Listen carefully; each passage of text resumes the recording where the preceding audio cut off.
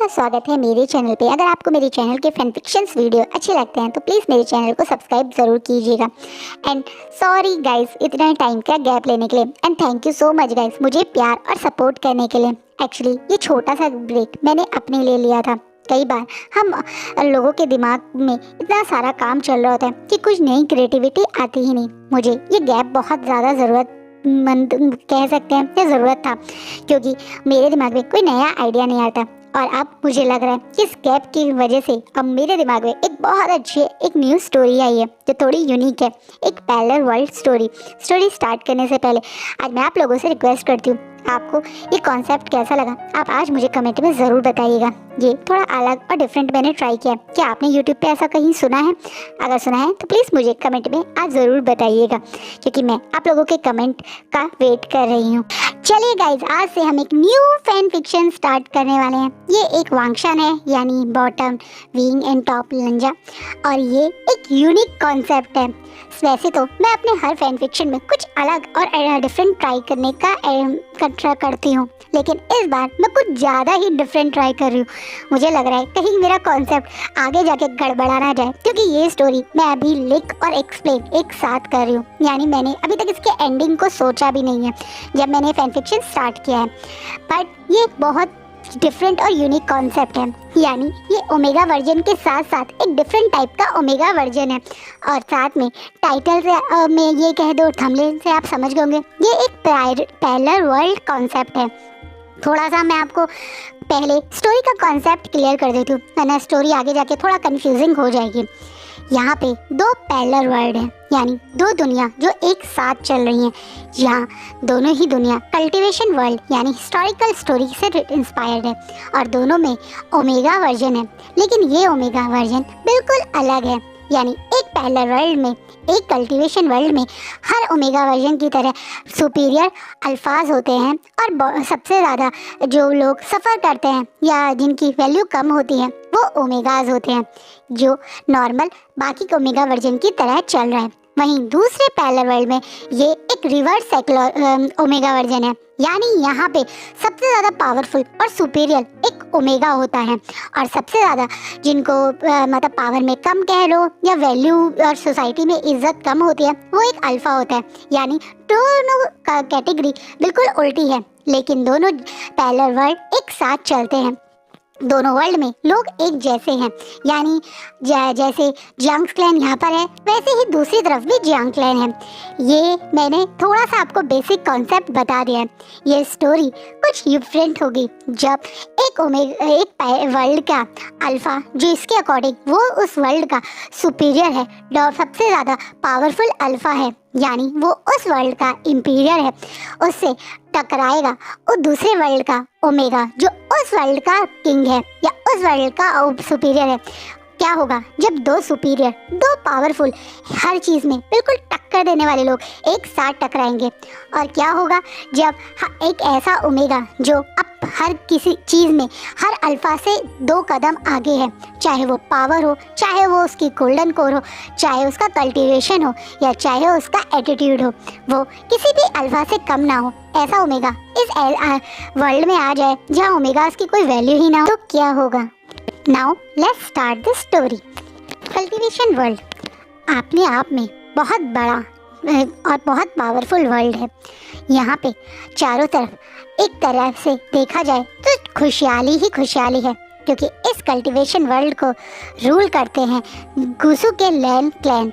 गुसु का लैन क्लैन अपने राइटफुल नेचर की वजह से बहुत फेमस है।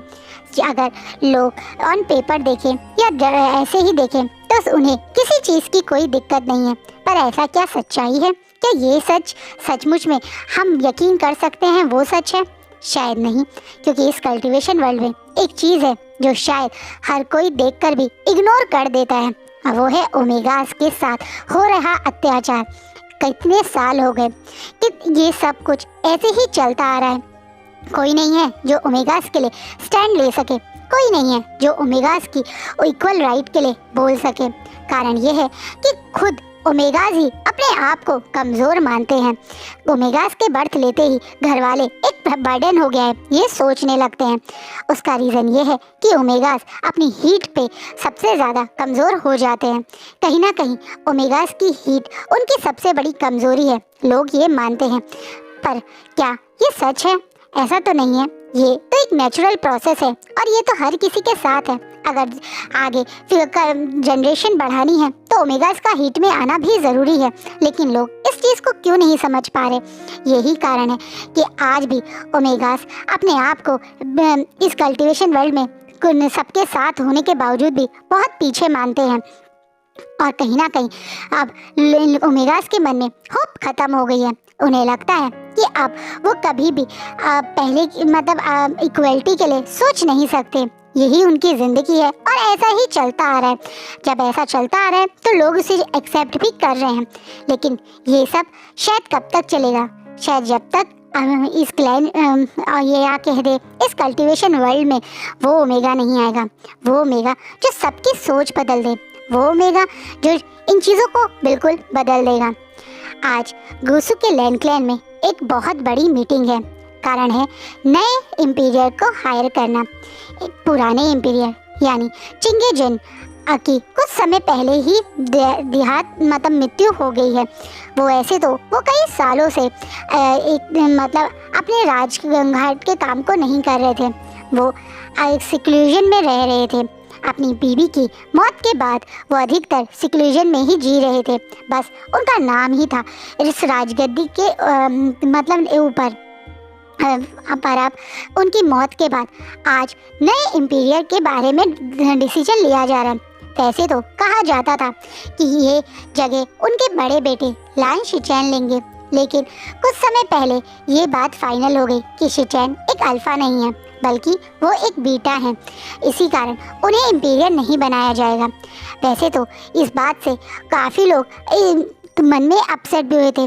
वो चाहते थे कि क्या हुआ, लान शिचैन बीटा है पर वो एक किंग की सारी जो क्वालिटी होती है, जो एटीट्यूड होता है एक किंग का, वो कैरी करते थे। लेकिन कहते हैं ना, ये गुसु के लैंड क्लैन के सीनियर्स ये अपने आप को सबसे ज़्यादा सुपीरियर मानते हैं। ये बूढ़ों की फौज अपने आप को सबसे ज़्यादा पावरफुल मानती है और अपने आगे किसी की भी नहीं चलने देती। यही कारण है कि अब नए किंग का नाम लान वांगजी है। हाँ, अब लान वांगजी को नया किंग बना दिया गया। उम्र में वो अभी सिर्फ 18 साल के हैं, लेकिन उनके ऊपर पूरे कल्टीवेशन वर्ल्ड की रिस्पॉन्सिबिलिटी आ गई है। लान वांगजी एक प्योर ब्लड अल्फा हैं और बहुत ज़्यादा पावरफुल हैं। उनके बर्थ से ही उनकी गोल्डन कोर बहुत स्ट्रॉन्ग है। ये बात हर कोई बोलता है और अब उन्हें ही किंग बनाने का फैसला किया है। वैसे लान वांगजी शायद ऐसा नहीं चाहते थे। वो अपने ब्रदर को ही किंग बनते हुए देखना चाहते थे, लेकिन वो भी अपने सीनियर्स के सामने, एल्डर्स और अपने अंकल के आगे ज़्यादा कुछ नहीं बोल पाए और उन्हें अब इस किंग की पोजीशन पे बैठाया गया। आज उनका प्रॉपर एक तरीके से जो होता है ना, राज तिलक हो रहा है। यहाँ पे बड़े बड़े क्लैंस के लोग आए हुए हैं। ये क्लैंस अपने आप को बहुत लकी महसूस कर रहे हैं क्योंकि वो नए राजा की राजा बनने की सेरेमनी के पार्ट है। सबसे आगे अगर कोई है जो लैंड क्लैन के करीब है तो वो कोई और नहीं बल्कि जियांग्स क्लैन है। यूनबर्ग का जियांग्स क्लैन हमेशा से लैंड क्लैन के एकदम सपोर्ट में खड़ा रहता है। वहीं दूसरे नंबर पे नी क्लैन है।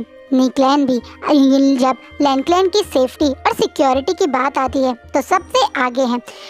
तीसरे नंबर पर है जिन क्लैन। जिन क्लैन कहने के लिए अपने आप में बहुत बड़ा क्लैन है, लेकिन उसे पता है कि उसकी सेफ्टी के लिए, उसके पावर के लिए और कल्टीवेशन वर्ल्ड में सरवाइव करने के लिए लैंड क्लैन के उसके साथ होना ज़रूरी है। इसलिए वो भी हमेशा लैंड क्लैन के डिसीजंस और लैंड क्लैन की गुड लिस्ट में आने की कोशिश करता रहता है। अगर कोई एक क्लैन है जो लैंड क्लैन से थोड़ा कटा रहता है, लेकिन उसके बावजूद भी उसमें इतनी हिम्मत नहीं है कि वो लैंड क्लैन से टक्कर ले सके, वो है वैन क्लैन। वैन क्लैन चाहे कितना भी अपने आप में स्ट्रांग हो, लेकिन वो जानता है कि गुसु के आगे वो कुछ नहीं है। इसलिए वो भी अब यहाँ पे है। जब सबके बीच में किंग ने एंट्री करते हैं। व्हाइट कलर के रॉयल हनफू जिन पे हैवी सिल्वर और गोल्डन की एम्ब्रॉयडरी हो रही है। सर पे बड़ा सा सिल्वर कलर का क्राउन है। ऊंचे से है एक पॉनीटेल के ऊपर ये क्राउन लगाया गया है। वांग जी के माथे पे वो सुंदर सा सिल्वर के काम का वाइट प्योर फोरहेड रिबन बंधा हुआ है और अपनी दमदार पर्सनैलिटी से लांग वांग जी इस हॉल में एंट्री कर रहे हैं। उनके पीछे उनके राइट हैंड साइड पे उनके ब्रदर हैं और लेफ्ट हैंड साइड पे उनके अंकल हैं। वो दोनों भी रॉयल हानफू में हैं। वहीं लान शिचैन दिखने में बिल्कुल वांग जी जैसे ही हैं, लेकिन उनकी पर्सनैलिटी और उनका ऑरा वांग जी जितना स्ट्रांग नहीं है। कहने के लिए वो वांग जी से 2 साल बड़े हैं, यानी वो इस समय 20 साल के हैं, लेकिन वांग जी के ऑरा के सामने वो वांग जी से छोटे ही लगते हैं। वांग जी की भी चमकदार गोल्डन आईज, दमदार पर्सनैलिटी और वो कोल्ड ऑरा जो वो अपने सराउंडिंग में रखते हैं, उन हर कोई उसके सामने अपने आप को कमज़ोर महसूस करता है और नज़र भी उठा नहीं पाता।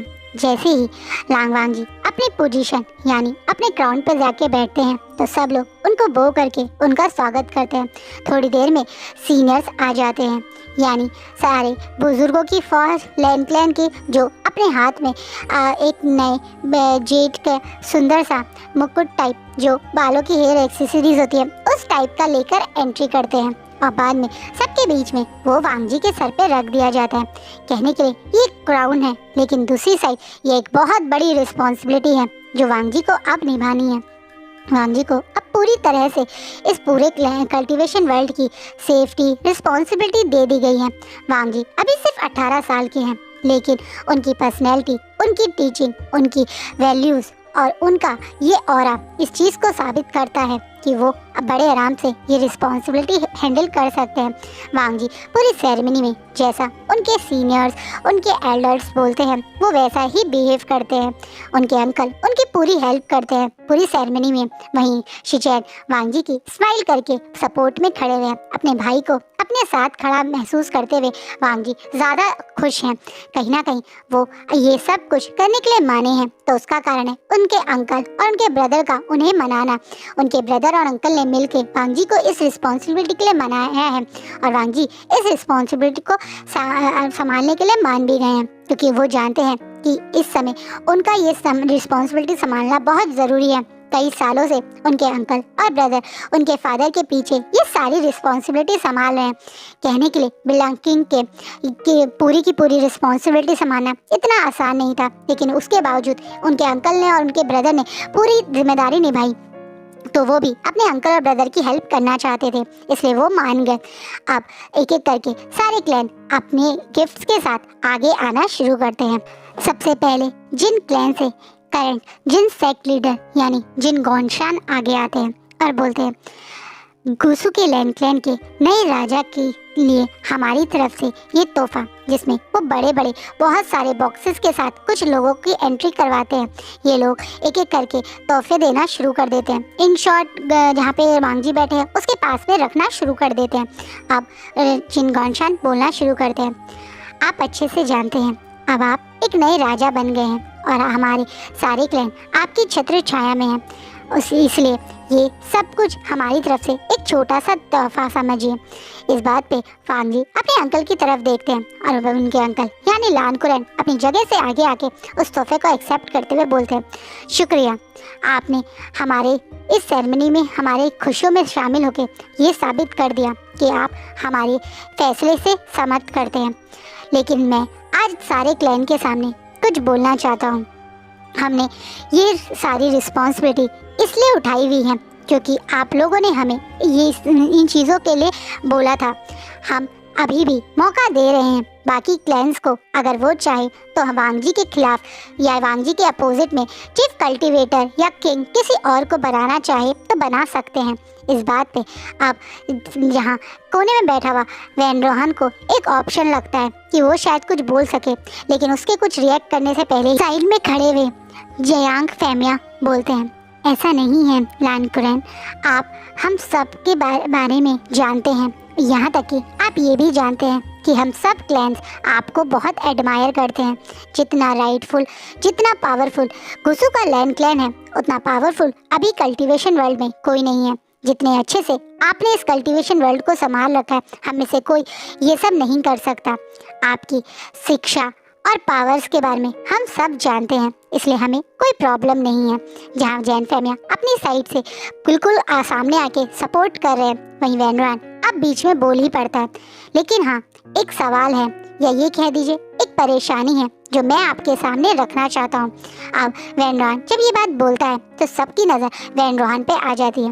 अब वैनरॉन बीचों बीच सबके बीच में आके खड़ा होता है। अब बोलता है, माना कि आप गुसु का क्लैन सबसे पावरफुल और सबसे ज़्यादा राइटफुल है, लेकिन कहीं ना कहीं मुझे ऐसा लगता है कि आप लोग हम सब क्लैंस को बराबरी का दर्जा नहीं देते हैं।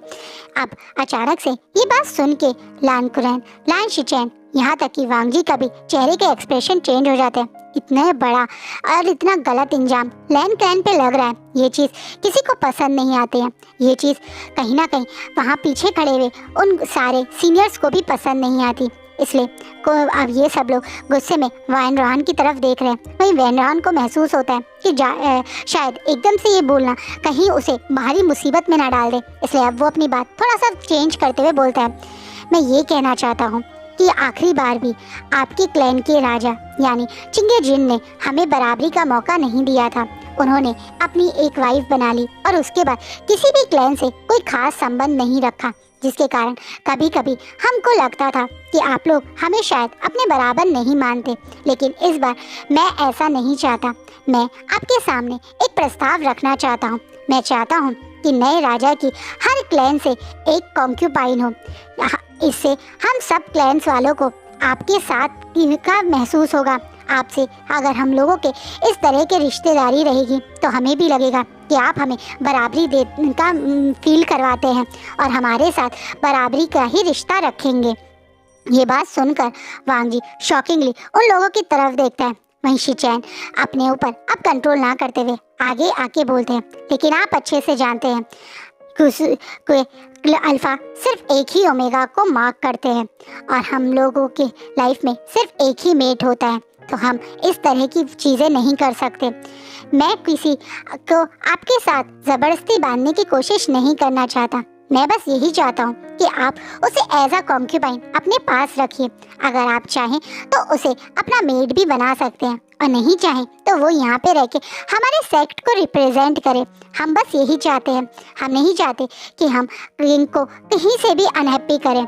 कहीं ना कहीं मतलब जिन गौनशान इस बात पे बहुत फोर्स देकर भी डालवाता है। हाँ, ये बात जिन गौनशान ने बोली।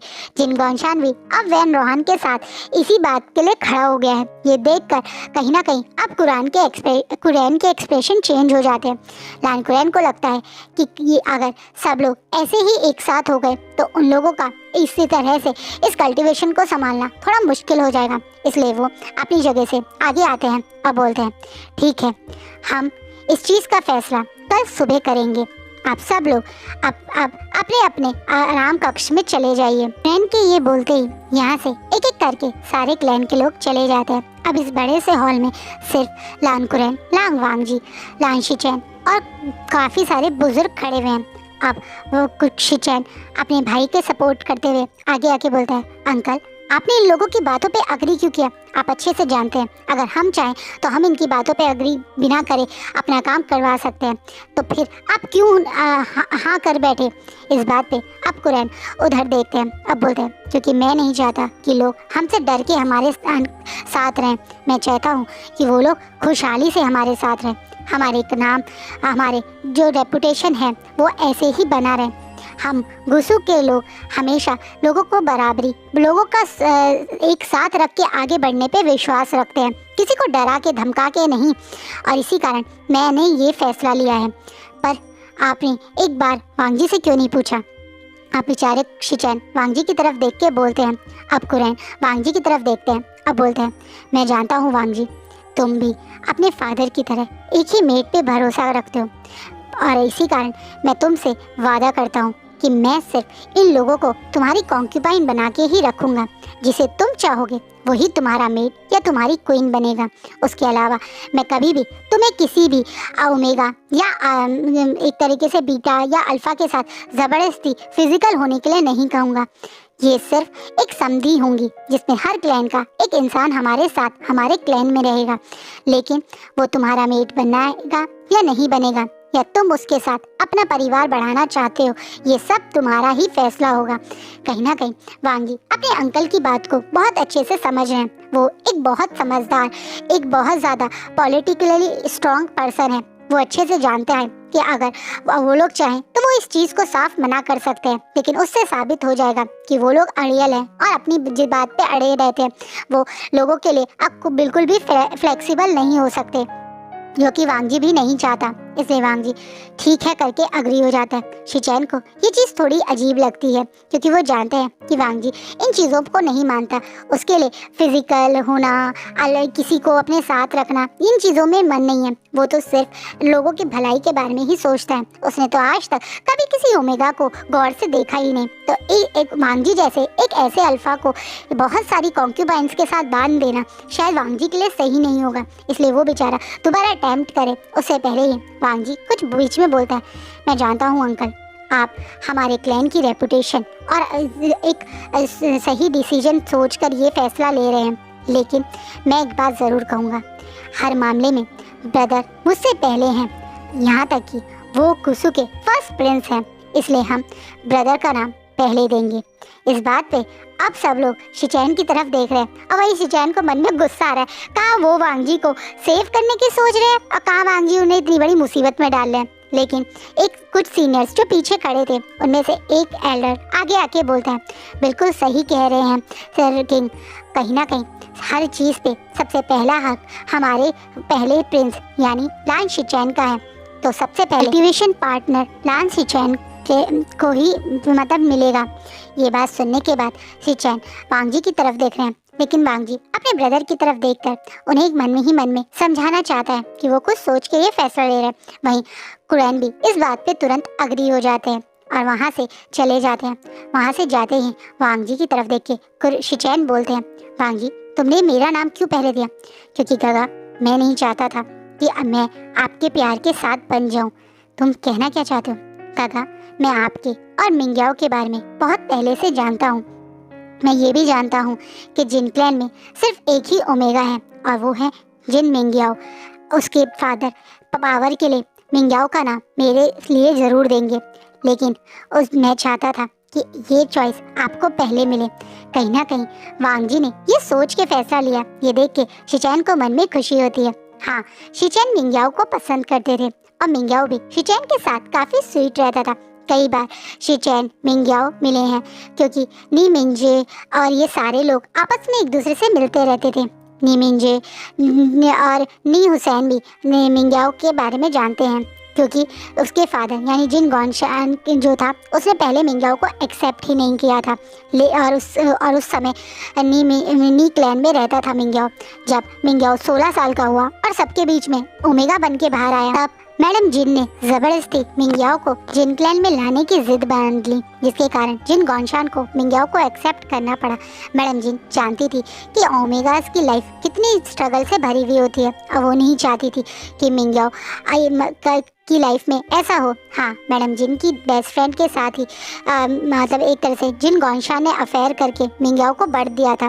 वो जानती थी कि उनकी बेस्ट फ्रेंड कभी उन्हें हर्ट या उन्हें चीट नहीं करना चाहती थी। वो तो जिन गॉनशान ने उसके साथ ज़बरदस्ती करी थी। इसलिए कहीं ना कहीं उनके मन में मिंग्याओ के लिए एक सॉफ्ट कॉर्नर था और मिंग्याओ भी मैडम जिन की रिस्पेक्ट करता है। वो वहीं पर रहता है। मिंग्याओ इस समय 18 साल का है और वो जिन क्लैन में ही रहता है।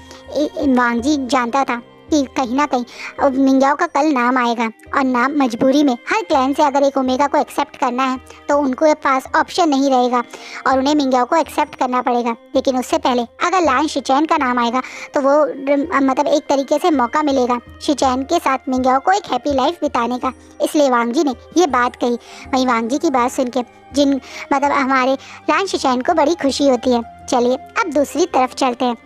जहाँ मैडम यू गुस्से में लाल होके अपने कक्ष में इधर उधर घूम रही हैं और जैन फेमिया से बोल रही हैं, ये क्या नया खेल खेला है इस जिन गौशान ने और वैन रोहन ने। ये अच्छे से जानता है कि हम सबसे ज़्यादा लैंडक्लैन के करीब थे, लेकिन उसने ये भी पता था कि हमारे पास कोई ओमेगा हायर रहा ही नहीं है।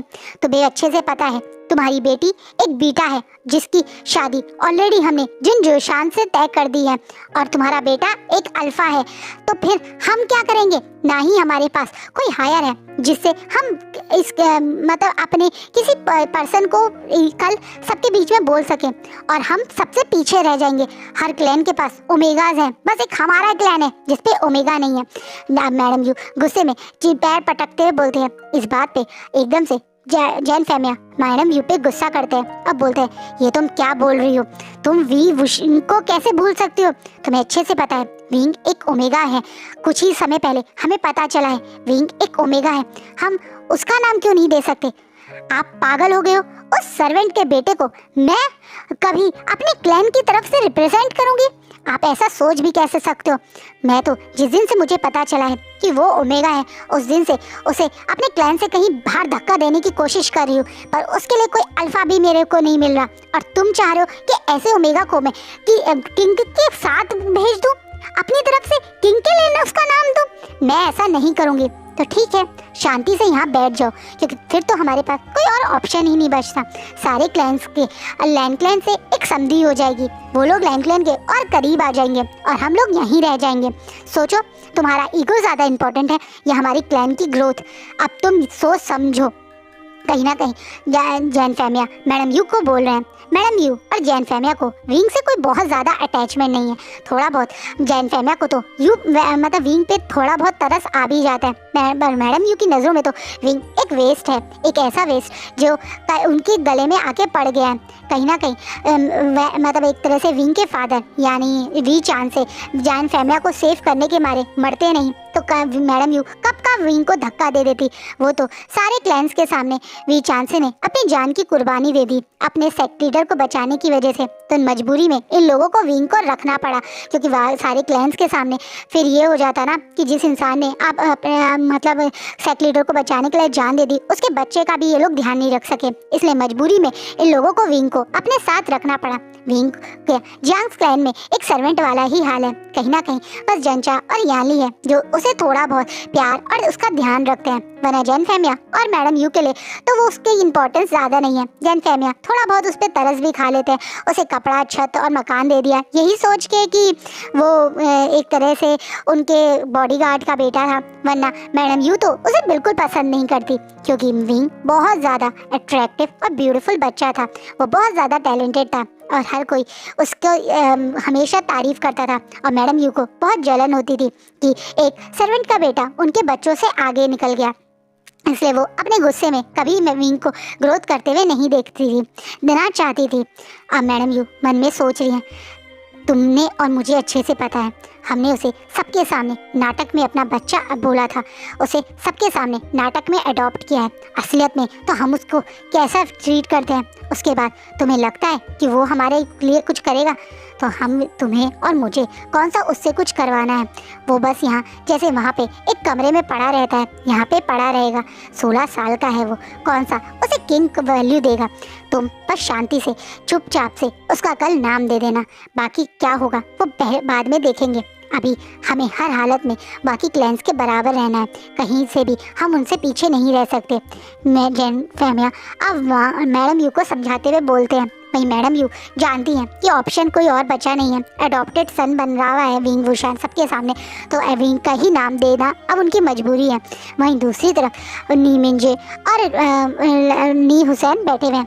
नी मिंजे अपने कुछ एडवाइज़र से बात कर रहे हैं, अब बोल रहे हैं कि कल वो अपने ओमेगा भाई यानी नी हुसैन का नाम देंगे, जिससे नी हुसैन अब थोड़ा सा स्ट्रेस है। नी हुसैन मन ही मन में लान शिचैन को पसंद करता है। जब लान शिचैन उसके ब्रदर यानी लान शिचैन और नी मिंजे काफ़ी अच्छे दोस्त थे, वो एक दूसरे के शॉर्ट ब्रदर भी हैं। तो कई बार वो निकलैन आया करते थे। तो नी हुसैन उन्हें छुप छुप के एडमायर करता था। कहीं ना कहीं नी हुसैन के मन में लान शिचैन के लिए रिस्पेक्ट और प्यार था। लेकिन अब वो लांग वांगजी का ओमेगा बनने के नाम पे जाएगा, ये बात सोच के उसके मन में बहुत ज़्यादा बेचैनी हो रही है। वांगजी बिल्कुल पसंद नहीं है। वांगजी का वो कोल्ड हो रहा उसे बहुत ज़्यादा अजीब लगता है और उसे शिचैन की वो स्वीट स्माइल बहुत पसंद है। इसलिए बेचारा नी हुसैन बहुत ज़्यादा स्ट्रेस में है, लेकिन वो कुछ कर नहीं सकता। अपने दगा के आगे वो क्या ही बोल पाएगा। वहीं दूसरी तरफ वैन क्लैन में वैन रोहान खुशी से अपनी जगह बैठा हुआ है। जब एक एक करके उसके बच्चे रूम में एंट्री करते हैं, अब सबसे पहले एक तरह से वैन चाओ बोलता है, फादर आपने ऐसा क्यों करा?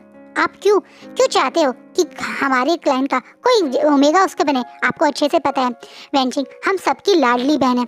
मैं नहीं चाहता कि मेरी बहन उस लांग वांगजी के ओमेगा पार्टनर बने। अब तुम मेरी बात नहीं समझ रहे हो वैनचाओ। हमारी बेटी सबसे ज़्यादा टैलेंटेड और एजुकेटेड है। सोचो अगर वैनचिंग क्वीन बन गई तो हमारे पास कितनी पावर होगी। तुम्हें भी पता है और मुझे भी पता है वैनचिंग की टक्कर का ओमेगा शायद ही कोई और होगा। वैनचिंग बहुत ज़्यादा ब्यूटीफुल और बहुत ज़्यादा टैलेंटेड है और लांग वांगजी उसकी ब्यूटी और टैलेंट के आगे कब का हार मान जाएगा और फिर हमारी बेटी इस पूरे कल्टीवेशन वर्ल्ड की क्वीन बनेगी और जिसका फ़ायदा तुम्हें और हमें होगा। पर आप अच्छे से जानते हो वैनचिंग कितनी ज़्यादा स्वाभिमानी है। वो कभी भी इस चीज़ के लिए मानेगी। तुम चिंता मत करो, हम जब यहाँ से जाएंगे हम वैनचिंग को मना लेंगे, लेकिन अब हम वैनचिंग का नाम ज़रूर देंगे। तुम तुरंत जाओ और वैनचिंग को लेके आओ। हम कल सुबह वैनचिंग को सबके सामने ओमेगा हमारी क्लैन के ओमेगा की तरह नाम देंगे। इस बात पे वैनचाओ और वैनजू जो चाहते तो नहीं थे अपनी बहन का नाम लांग वांगजी के लिए देना, वो मजबूरी में अपनी बहन को लेने चले जाते हैं। वहीं जिन गॉनशान अब अपने रूम में बैठा हुआ है और उसके साथ उसका बेटा और मैडम जिन बैठे हुए हैं।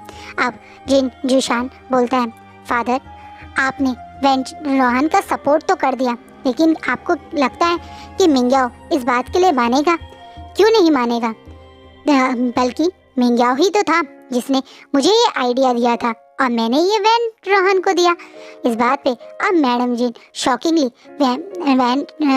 एक तरह से जिन गॉनशान की तरफ देखती हैं और बोलती हैं, मिंग्याओ ने तुम्हें ये आइडिया दिया? और नहीं तो क्या तुम्हें लगता है उस वैन रोहान के बुद्धि में ये बात आई होगी? ये तो हमारा ही प्लान था। मैंने ही वैन रोहान को ये बात बोली थी और मैं चाहता था कि वैन रोहान इस बात को शुरू करे। कल मिंग्याओ का नाम हम ओमेगा की तरह देंगे और मैं ये भी जानता हूँ कि मिंग्याओ कितना समझदार है। वो जल्द ही क्वीन बन जाएगा और फिर हमारे क्लैन को बहुत फ़ायदा होगा। ये बात सोच रहे हैं जिन गॉनशान।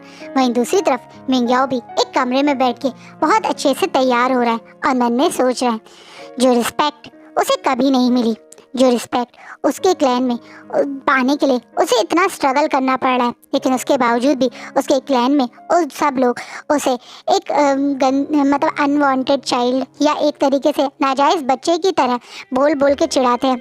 अब उसे वो रिस्पेक्ट चाहिए। क्वीन बन के वो इस पूरे कल्टीवेशन वर्ल्ड को दिखाना चाहता है कि वो कितना पावरफुल है और वो यही बातें सोच के मन में मुस्कुरा रहा है। और आज का पार्ट यहीं रुकता है। सो गाइज आपको क्या लगता है क्या होगा कल? और ये तो मैंने आपको एक वर्ल्ड की बात बताई। कल हम वांगजी के वर्ल्ड को छोड़ के विंग के पैरेलल वर्ल्ड में जाएंगे, जानेंगे कि विंग के पैरेलल वर्ल्ड में विंग की क्या पोजीशन है। इस पैरेलल वर्ल्ड में तो इस कल्टीवेशन वर्ल्ड में तो विंग को कोई प्यार नहीं करता। विंग एक सर्वेंट के बच्चे की तरह ट्रीट किया जाता है और एक डरावा सहमावा ओमेगा है। पर दूसरे वर्ल्ड का विंग आपको कल मिलेगा। आई होप आपको मेरा फर्स्ट पार्ट अच्छा लगे। कैसा लग रहा है ये स्टोरी आप मुझे बताइएगा। कुछ मुझे प्लस या माइनस करना चाहिए तो वो भी मुझे बताइएगा अगली वीडियो में, ताकि मैं उसका ध्यान रख सकूँ। Thank you.